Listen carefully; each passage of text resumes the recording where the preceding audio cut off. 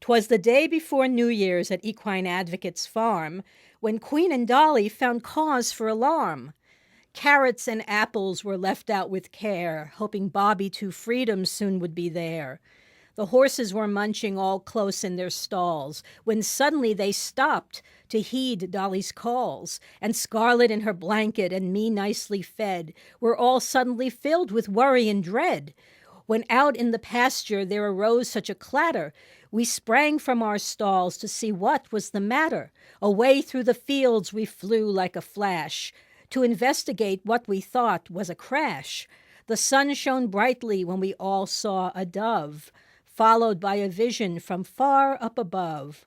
When what to my wondering eyes should appear, 500 urban carriage horses shedding their gear.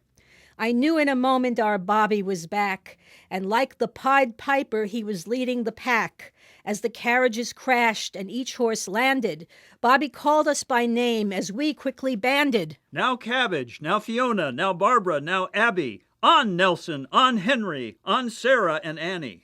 As the last of the carriages fell from the sky, the horses all marveled how they learned to fly, to the freedom and safety that they now were given. No more blinders, harsh equipment while they were all driven through traffic with buses and horns that were loud, unable to move freely with their heads always bowed, through heat and hurricanes that they had all weathered, with nowhere to go while forced to be tethered. And then in a twinkling from the barn roof, there appeared the sight of a very large hoof. It was Bobby! I knew it, his eyes were so bright, as he climbed down from the roof with great vigor and might. Then with a wink of his eye and a twist of his head, he let his buddies know they had no more to dread. To every dam sire's son and daughter, he assured them none would ever again go to slaughter, being sent to meat auctions when injured and sore, just because they could not work any more. Let's celebrate our victory and continue our fight.